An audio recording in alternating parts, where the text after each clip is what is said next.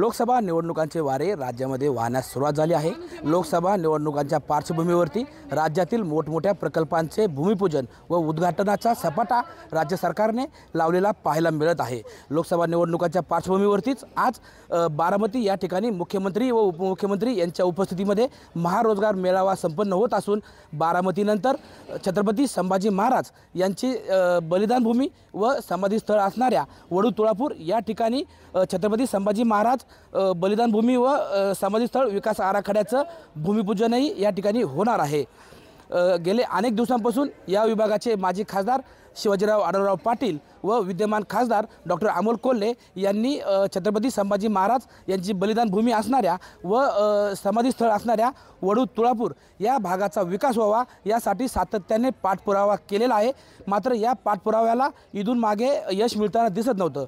या सरकारने मात्र छत्रपती संभाजी महाराज यांची बलिदान भूमी असणाऱ्या व समाधी स्थळ असणाऱ्या वडू तुळापूरच्या विकासासाठी मोठ्या प्रमाणात निधी मंजूर केला आहे, विकास आराखडा मंजूर केला आहे आणि याच विकास आराखड्यातील पहिल्या टप्प्याचे भूमिपूजन आज राज्याचे मुख्यमंत्री एकनाथ शिंदे, राज्याचे उपमुख्यमंत्री देवेंद्र फडणवीस, अजित पवार, सहकार मंत्री दिलीप वळसे पाटील, माजी खासदार शिवाजीराव आढळराव पाटील व खासदार डॉक्टर अमोल कोल्हे यांच्या उपस्थितीत आज संपन्न होणार आहे।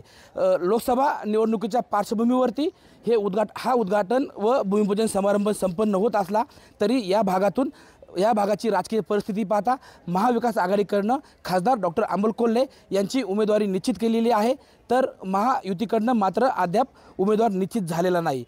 माजी खासदार शिवाजीराव आढळराव पाटील यांना या भागातून महायुतीची उमेदवारी मिळेल हे निश्चित मानलं जात असलं व त्याच पार्श्वभूमीवरती आजचा हा कार्यक्रम होत असला तर ह्या कार्यक्रमानिमित्त आज वडू व तुळापूर या दोनही ठिकाणी विकास आराखड्याचं भूमिपूजन होणार असून तुळापूर या ठिकाणी मुख्यमंत्री व उपमुख्यमंत्री यांची जाहीर सभा होणार आहे।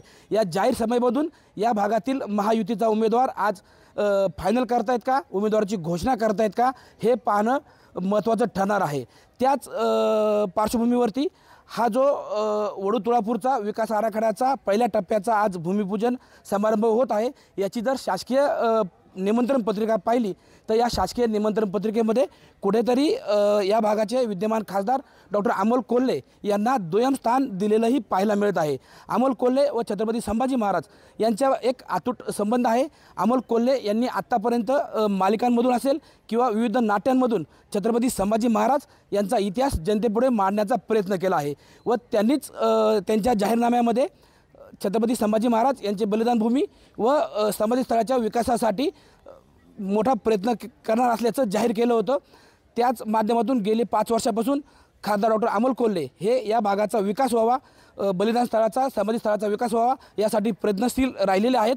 त्याचबरोबर या विभागाचे माजी खासदार शिवाजीराव आढळराव पाटील यांनीही सुरुवातीपासूनच छत्रपती संभाजी महाराज यांचं बलिदान स्थळ असणाऱ्या वडू तुळापूरचा विकास व्हावा यासाठी वारंवार प्रयत्न केले आहेत, आवाज उठवलेला आहे।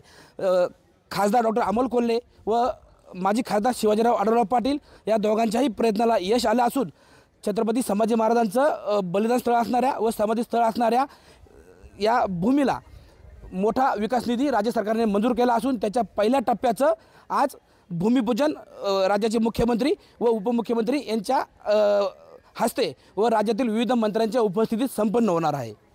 या भूमिपूजनासाठी आपण पाहू शकता या ठिकाणी छत्रपती संभाजी महाराज यांचं वडू येथील समाधी स्थळ विविध फुलांनी, विविध रंगी फुलांनी आकर्षक असं सजवण्यात आलं आहे।